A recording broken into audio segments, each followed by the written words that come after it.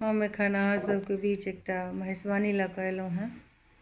नीक लागत तऽ जरूर बतायब। तऽ सुनू ई गीत। तीन भुवन सँ आयला सदा शिव, गौरी दाई जल लेने ठाढ़ गे माई, गौरी दाई जल लेने ठाढ़ गे माई। जल लिया पैर धोऊ ईश्वर महादेव, कहु शिव कुशल समाद गे माई, कहु शिव कुशल समाद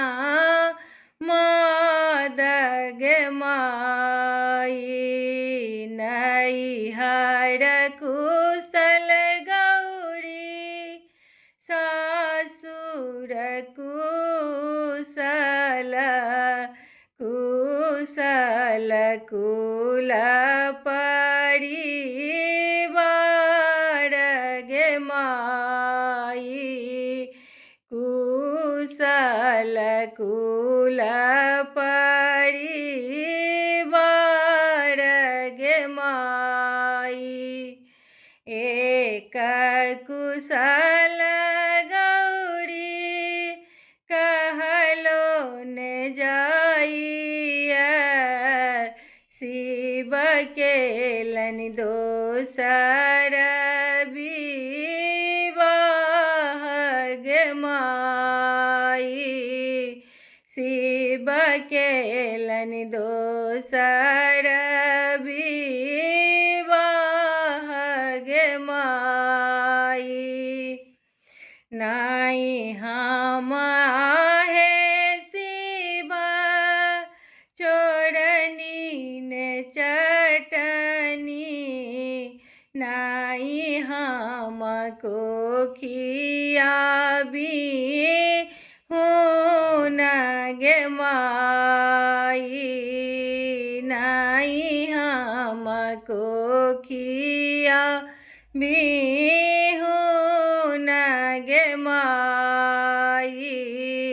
नाई हम आहे शिव सेवा में चुकल हूँ, किया कैल दोसर विवाह गे माई, किया कैल दोसर विवाह गे माई।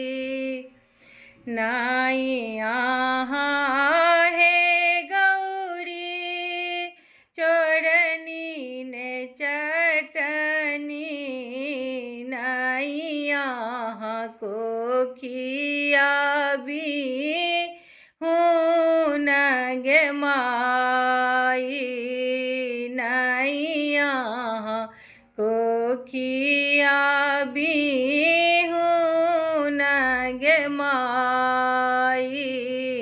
नाई अहाँ हे गौरी सेवा में चुकल हूँ, लिखल मेटल नहीं जाई गे माई, लिखल मेटल नहीं जाई गे माई। किनका सन शिव पातरि छितरि, किनका सन सुकुमारी गे माई, किनका सन सुकुमारी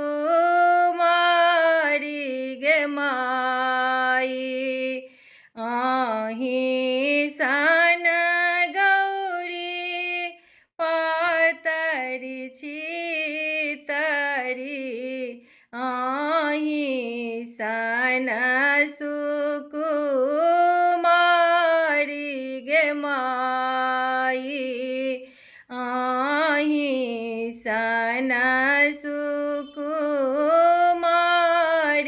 गे माई आही सन गौरी देखति सुंदरी संझाहु न कर नाम गे माई संझाहु न कर नाम गे माई मरी हो गे संझा तोरहु जेठ भैया होई हो में कोखिया बिहुन गे माई होई हो में कोखिया बिहुन गे माई